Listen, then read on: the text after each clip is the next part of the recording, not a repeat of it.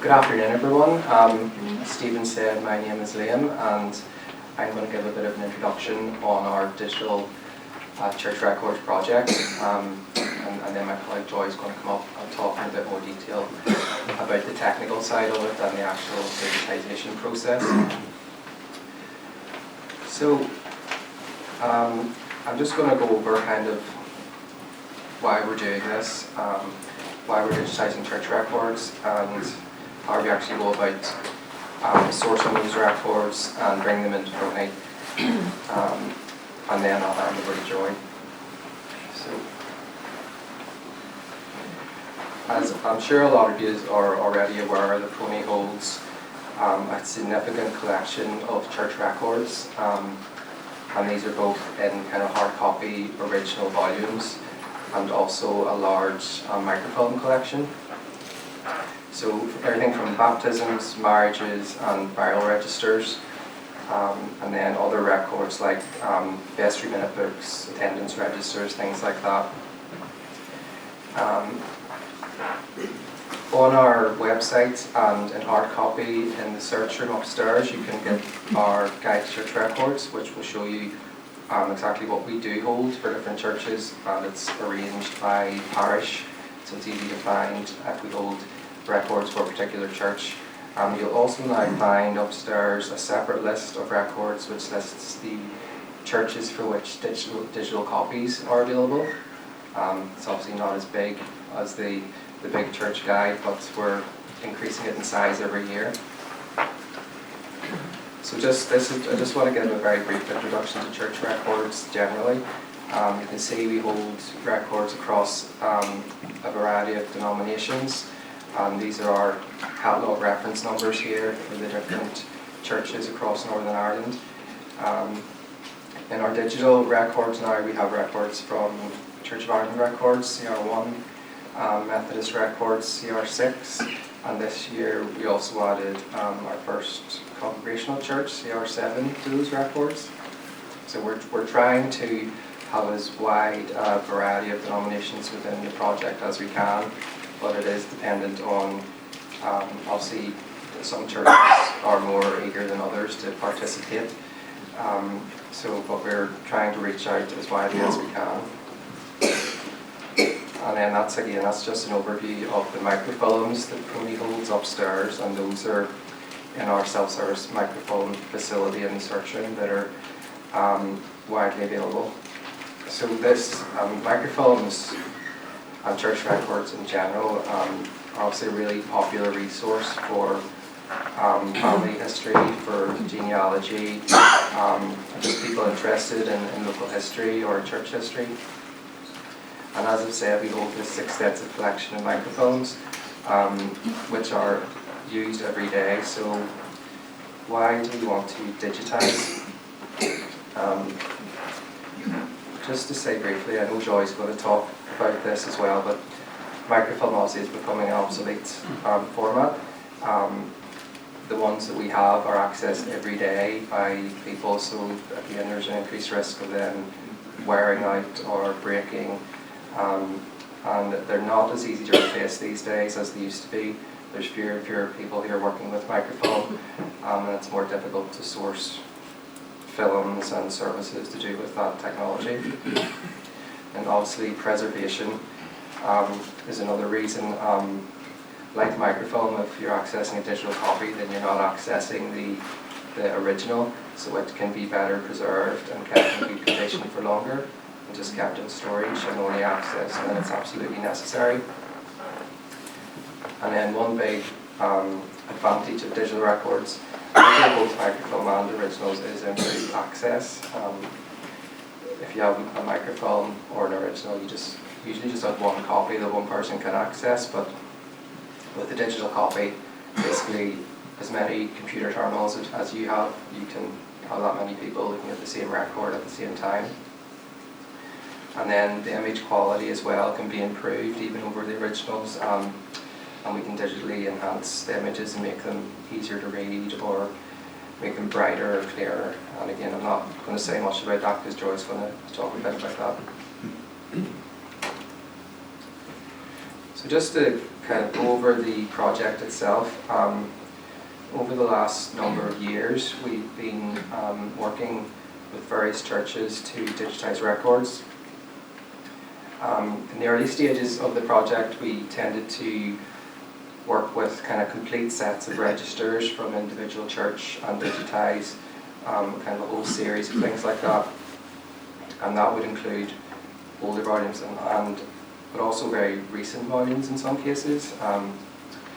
And that wasn't always the best way to work because due to different reasons, but in particular things like data protection and personal information in the records meant that some of the more recent volumes we couldn't make them freely available to people just for those legislative reasons.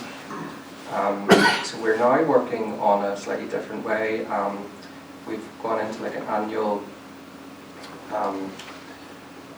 cycle where every year we're aiming to digitize a quota of church volumes based on the resources that we have available. So for example, in the past year we aimed for 60 volumes or registers. We actually ended up doing 73 because some of the churches had provided more volumes than they had originally promised, but luckily we were able to accommodate that and get them all digitized. So the process, it's as you would expect, it's pretty straightforward. Each year we contact churches. And obviously we can't just go out to like every church in the country and say, can we digitize your records? It would be impossible. So we've had to kind of narrow it down and have firstly a geographical focus. So in the last year we started off with Belfast, just for practical reasons, it being the closest and largest city. And we've also narrowed the date range that we're looking for. So the records that we've been working on the last year are volumes that's where the date range starts prior to 1900. And again, that's so that we can make sure that the majority of the volumes that we're digitizing we can make available. So we started with Belfast, but then we didn't actually get enough volumes from Belfast, so we widened the net to County Antrim last year, and then we had a number of churches from the County Antrim area that took part in the project.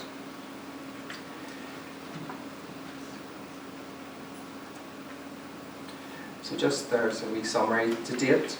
We digitized 386 volumes, and that's across 30 different churches. And as I said, at the minute it's from 3 denominations: Church of Ireland, Methodist and Congregational Records. And here's just a wee example of what we end up with after the digitization cycle is complete. We get the digital image here. This is St Colum's Cathedral in Derry, Londonderry, and this is one of the earliest registers that we've digitized. You can see they're dating back to 1642 and run through to 1703. So I should just say a word also about accessing the records. They can be accessed at the minute via the CAM machines up in the search room upstairs. So these are the machines that have the PRONI ordering catalogue on it. At the minute, that's the only place where you can access them. There's no online access at the minute, but it's kind of something to think about for the future. And like I say, there are closures on some of the records, mainly for data protection reasons. So you can see there, depending on the kind of information that is in the records, there's different closure periods. So baptism registers, because you're dealing obviously with newborn children, there's the full 100-year closure on those. And then marriage registers with people should have been 16 to be getting married, so we can have just an 84-year closure. And then with burial registers, there's usually no need to close the register at all because we're dealing with people that passed away, so most of those will be open. With other records, we will tend to liaise with the individual church and come to an agreement on the closure period. So, for example, there are vestry minutes from the Church of Ireland currently have a 40-year closure on them, which has been agreed with the church body. I'll just say a quick word also about copying church records. Generally speaking, it's possible to get copies of the records. The restrictions on copying tend to vary between the different denominations, and again, that's something we have agreed and discussed with the churches. So I'll just give one example there again of the Church of Ireland records, and that this applies to not just digital copies but also baptisms and original records as well. So you can see there, baptisms over 100 years, yes, you can copy individual pages. Less than 100 years, you can get a copy of the entry, but the other entries will be redacted. And then marriages over 84 years, you can get copies. And again, for less than 84 years, there'll be redaction. And burial registers, you can copy. And then you can see also the rest of the minutes you can't copy, and again, that's just by agreement with the church. They didn't want those being freely copied. So that was really just a very quick overview of the project and how it's been going. I'm going to give a demo at the end of the CAM system and how you actually access the records. But for now, I'm going to hand over to my colleague Joy, who's going to go through the more technical side of the digitization process.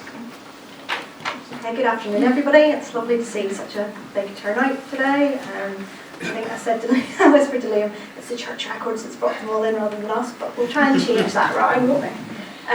I'm Joy Carey. I work in the preservation section as opposed to the cataloguing and access team, which Liam works in at PRONI. So I'm more involved in kind of the preserving the original articles rather than the content that's within them. You know, we're interested in the materials and how to keep the things preserved. So that's the side of the house I'm coming from.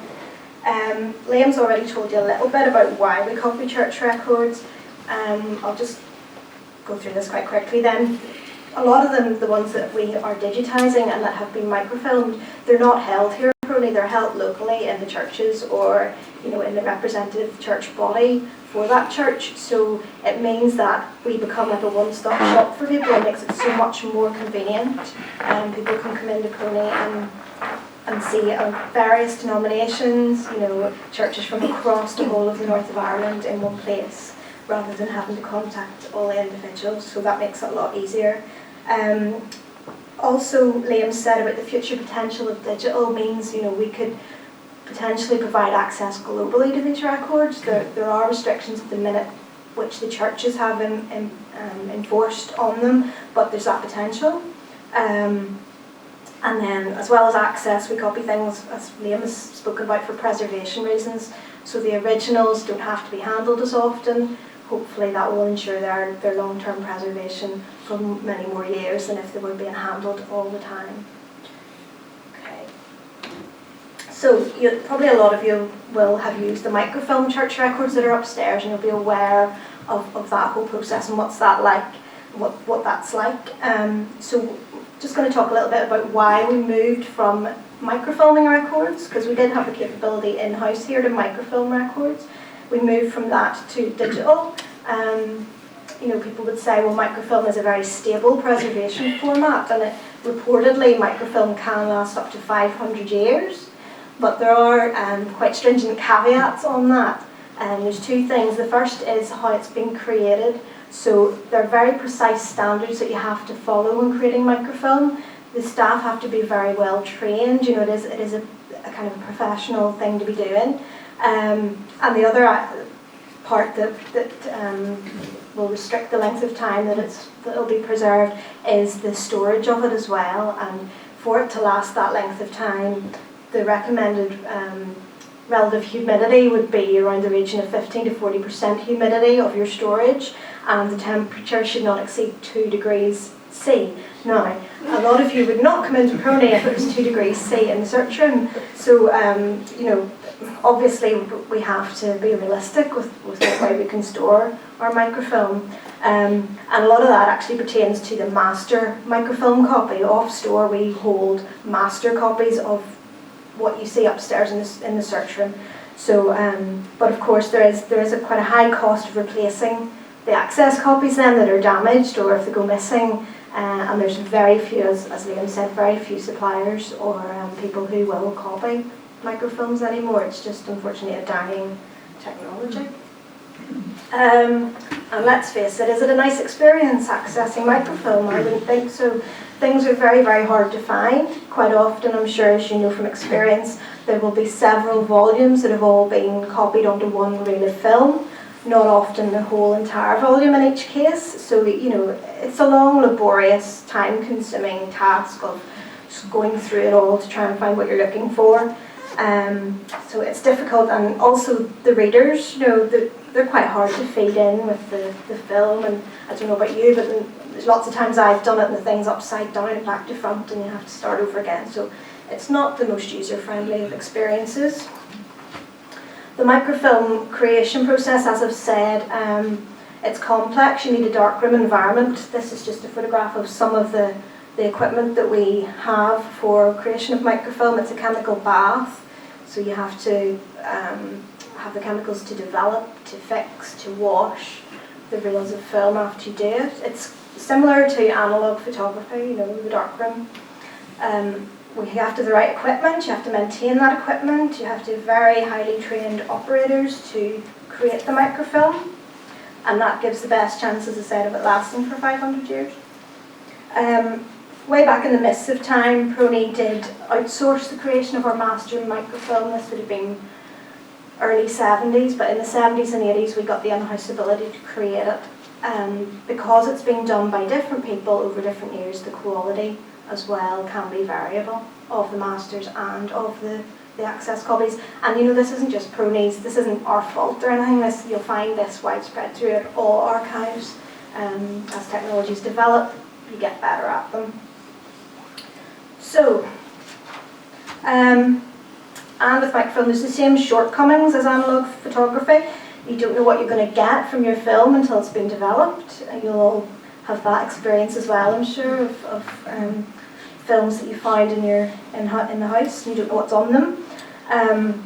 So our operators can photograph an entire volume and then they develop it, and then you might find that some of it's out of focus. You know, the page maybe hasn't settled just when the click of the camera was going off. Here we've got fingers in the image. You know, a page might be missing. These are things with microfilm you can't easily rectify this. You know, you've got to just say, well, it'll have to do, or you go back and do it all over again, in which case you might have the same problems or different problems. So with digital, it's just so much more flexible, and you can get those problems sorted out just at the point of capture, which is so much easier. Quality, I don't think there's much I have to say about the comparison of quality. Digital on the left here, and the exact same page as shown on one of our microfilm readers upstairs on the right hand side. So we made the decision to stop microfilming altogether in 2013. We'd had our digital camera for around about 6 years by then, so we'd done other projects with it, and we decided that was the way to go. We were following the lead of the other major archival and museum institutions across the UK and Ireland. The cost of microfilm, as supply and demand, the cost of microfilm was going up, and digital costs were dropping, and the cost of digital storage dropping as well. Some of the quality things that you can see obviously is the colour. There's very little colour microfilm. There's more than one viewer, as Liam said, can see the thing at once. With microfilm, you'd all be looking over somebody's shoulder to see the same reel. There's a potential to put it online as well, so it's more convenient for the end users, and much more easy for us to correct mistakes in the process. That's just to show you a little bit of that same page and the comparison of the quality. So on to the actual digitisation and what happens upstairs where I work in the reprographics digital imaging unit. With church records, we dedicate 3 entire months of our working year to doing the church records. As you can imagine, there's so many collections of records in PRONI. We have other priorities as well, but we're trying to get through it as much as we can. There are only 3 staff permanent staff in reprographics, myself and 2 camera operators, so there's only so much we can do. But as Liam said, we do between 60 and 80 volumes per year usually. Our colleagues in private records liaise with the churches and they bring in the volumes and they create this, which is a tracking spreadsheet. You probably can't read very much, but what it has on it is the name of the church whose records we've got, the PRONI reference, which our cataloguing colleagues give to that volume, the location in the stores. I think Stephen told me this was working, but I've never used it, so let's see. Yeah, so the name of the church, the PRONI reference, and then the location in the store. So when we're ordering it out, we can get it. Because they're temporary deposits, they're not going to have a store location that's always going to be there. It's just a temporary location. And then the description of the register or the volume, the date that the REMCAT team, the private records team, brought it in from the church, when it was added to our catalogue, and then there's the reference in our system of the the record of it coming in to PRONI. Then this red box shows you like my team's part of the whole process. So the date when we order them up into the reprographics office, the date they're digitised, the date that they pass QA, and then Liam's team have put the date that it's returned to the church. So we have to track the thing the whole way through. There's quite a lot of project management involved in this. Let's see.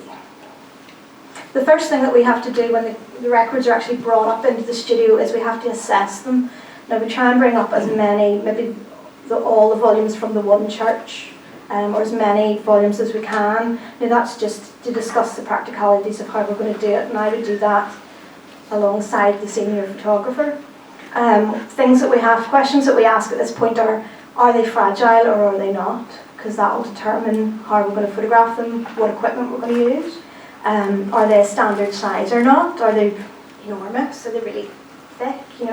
The content in them as well, we do have to look at that a little bit, although we don't always. The content is basically, are they a straightforward, runs from page 1 to the back page straight through, all makes sense. You find that some of the original, very early combined registers, which have got baptisms, burials and marriages all in the same book, you find that the clergyman has only had one record book to use, so he's written all his baptisms in the front, and then he's turned it upside down and written the burials from back to front, and then the marriages are somewhere in the middle. So for us this causes problems because we're not working in 3D, we're working in 2 in a picture, and we've got to say, well, what order will it make sense for the end user to have this photographed in and be able to look at it in? So there are those issues that we have to talk about up front and decide how things are going to be done. If something's very fragile, we sometimes get the archive conservator in to take a look. They will be able to recommend appropriate supports or handling, specialist type of handling that we might want to employ when we're doing the digitisation. The content order I've said about that, yeah. The standard size, that also dictates the equipment. If something is under A2 in size, we can do it on one piece of equipment. If it's larger, we have to use something else. As well, here I've got a little close-up of page numbering, which we term pagination. That is incredibly important to do before the digital images are captured. I'm sure you'll be able to appreciate when you are if you were standing in front of a book turning pages all day, it's so easy to turn 2 pages over at once and you haven't realised it.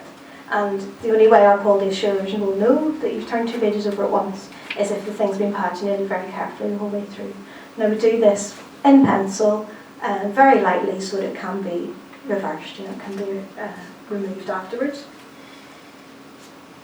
This looks a bit boring, but this is a document that we use to track the whole process in reprographics.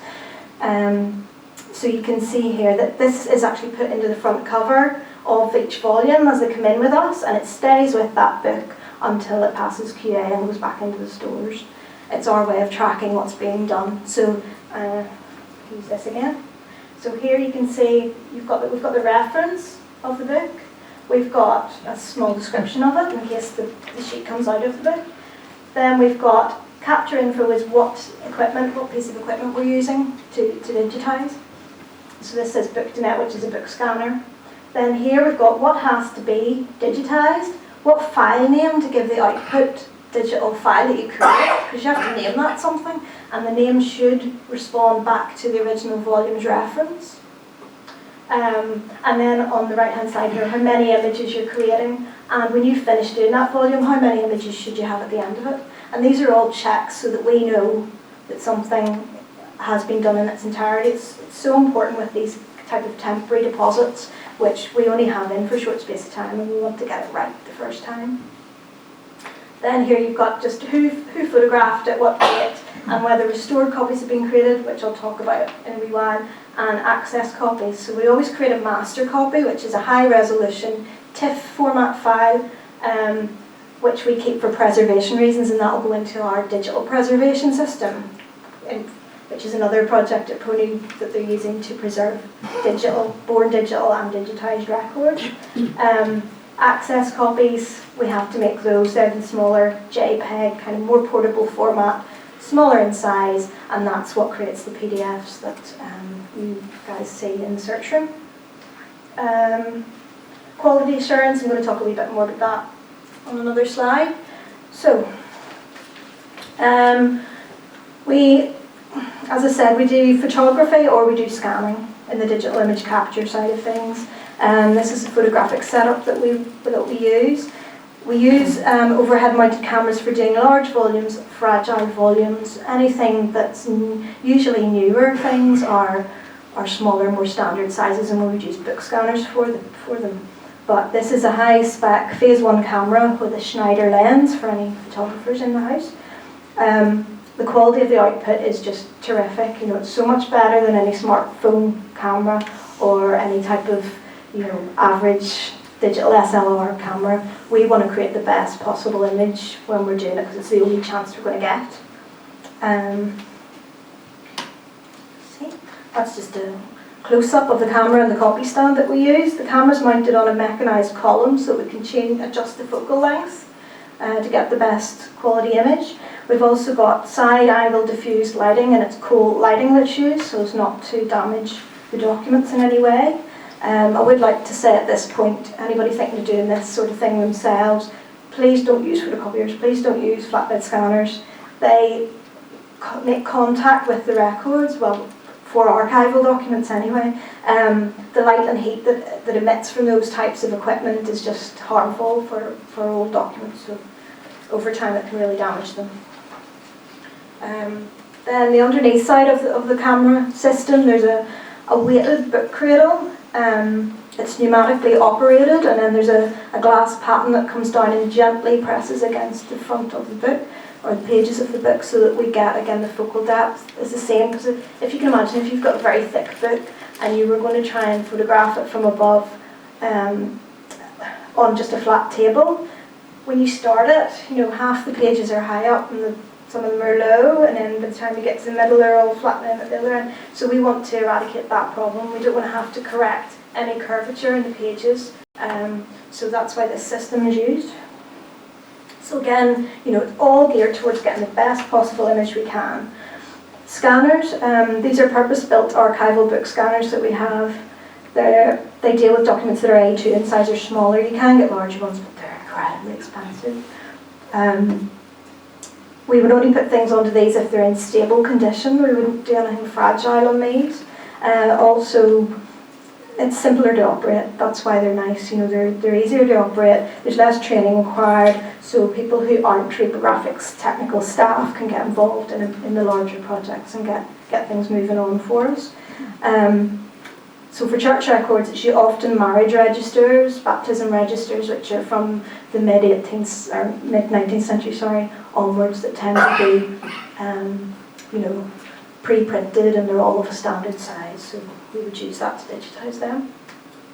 So quality assurance, we make a lot of checks, make sure there's the right number of images. That's important in a way, but not in a way, because sometimes you find a page has been duplicated, so it looks like you've got them all there, and then you find, oh, I've got 2 page 20s or something. You can see, I've written on that one there that I've done, that page 42 is missing, it's a copy of page 44, so you do get that. Sometimes the same number of images, we'll make sure we've got the same number of images in each folder, so we've got a separate folder for our master copy, our access copy and our restored copy if we've got one.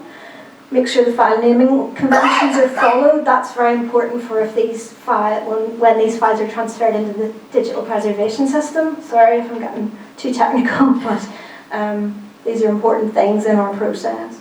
Make sure there's nothing missing, nothing duplicated, that the images are straight, that the images are in focus, that they have the correct exposure, you know, they're not too dark or too light. So we have our screens calibrated, everybody who works in infographics, to make sure that, you know, oh, it looks all right on my screen, but it doesn't look okay on yours. That can happen quite a lot with digital. And then finally, we do occasionally make a restored master when things are difficult to read, not very legible. Quite often it's due to fading. We find a lot of variety of ink, and sometimes things are written in pencil, or sometimes just, you know, with the old pen and ink, when you got to the end you had to reload your pen with ink. It got paler and paler, so some of the inks sometimes are like that. We can improve drastically the contrast. So what we do is we use Photoshop, that you'll have all heard of. We do that, and we can darken the dark tones, the tones of the ink, and you can adjust and lighten the light tones in the image, and that makes it so much more legible. So that's a common one. There's a lot more that we do with when we're photographing photographs, old photographs. We could do quite a lot more with them, but for the church records anyway, that's quite a standard one that we'll do. Also, something you get quite often, especially with parchment, is that you'll get bleed through from the previous page. So you can see here on the left-hand side, you know, you can see all the darkness coming through from the writing on the back. A really good tip if you're doing this is you put a black page behind that one, and the black from the black page absorbs the tones of that's on the other side and making contact with it. And that's what you see on the right hand side. So unfortunately it's not the same page. I was trying to find it earlier, but I couldn't. But that really does work. Let me see. And then once we're happy with all the images and their quality assurance passed, all the JPEGs are brought together into one PDF file, which looks a bit like this. We put bookmarks in if possible. Sometimes the sizes of the files are just grow so large that unfortunately they have to be compressed a bit. By the time you see them upstairs, you might always have the bookmarks in, but we try and keep them in if we can. It just makes it so much easier to find something. You can jump to an exact month or year within a book. So that's really where my end of the story ends. They're digitally accessioned by the digital preservation team, ingested into their record store, and magically, I'm not involved in this side, you can tell, magically they appear upstairs on the CAM document ordering machine. So I'll pass you over to Liam now. He'll show you how, when you go upstairs, you can actually access them all for yourself. So thank you very much. Thanks, Ray. I'll say this will not take too long. I'm just going to show you how you actually get into our catalogue here and access the digital records. So if you've used PRONI before, you're probably very familiar with this screen on the CAM machines upstairs for ordering out records. And it's the same machine and the same catalogue is how you access these digital records as well. So I'll just give a quick demo. Like you would for any record, you need to search and find it first. And you'll enter your reader number. If you're already a PRONI reader, you'll have that on your reader card. So in this case, I know the reference number of the record that I want to search for. So I'm using the reference number field. And I'll just type in reference.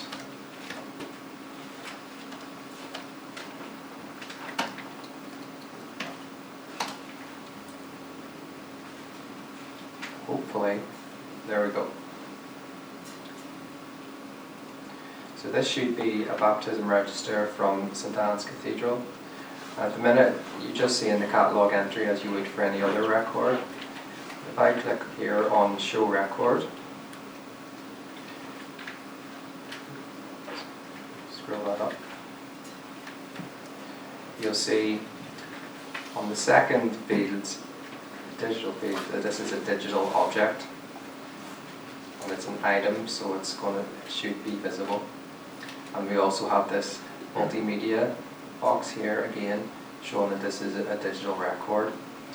So you can either click here on the multimedia bit, or you can simply click View Item up here. And be patient, because some of the files are very large, so it will take could take a few seconds for it to load, but hopefully not too long. So there we go.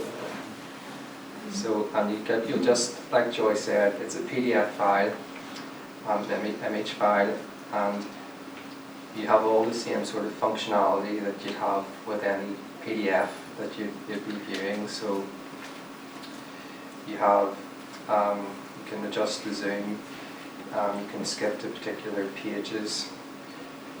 There are thumbnails for each page down the side. A lot of them will have bookmarks, as Joy said, as well. Unfortunately, I don't have bookmarks on this particular one to show you, but I'll show you the record. Now, each of the files will have this cover sheet, which will give you just the information on the volume. So just everything from the reference and the church, and the name of the church, and what it contains, and the date range.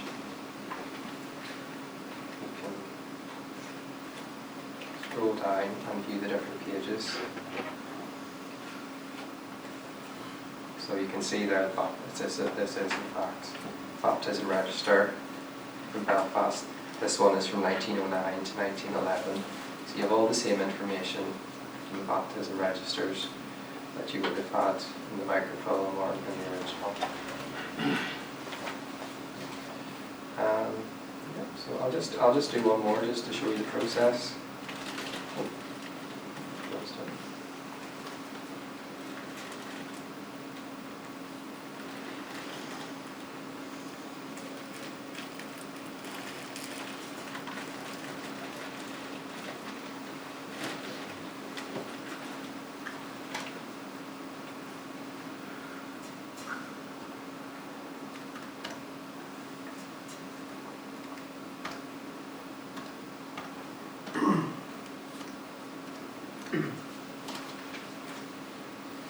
And then this one should be a vestry book from St. Colum's Cathedral. So again, just click on the item. If you want to see the details, click Show Item. Otherwise, you can click to view it. Again, there might be just a short wait to come up.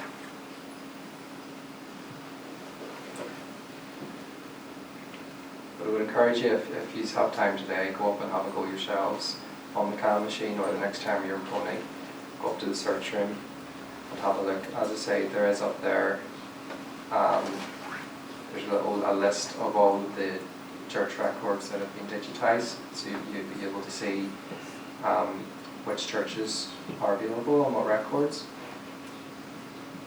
And again, there we go. Yeah, that's the vestry book from St. Colum's in Derry. So it's very straightforward. Once you've opened it again, it's just like looking at any PDF. You can zoom in and out. You can skip around different pages. Just navigate it. It's really very simple. So that's just really. We've seen now how to do it. It's very easy and straightforward. So, as I say, I encourage you to have a look at them yourself in the search room. Any questions?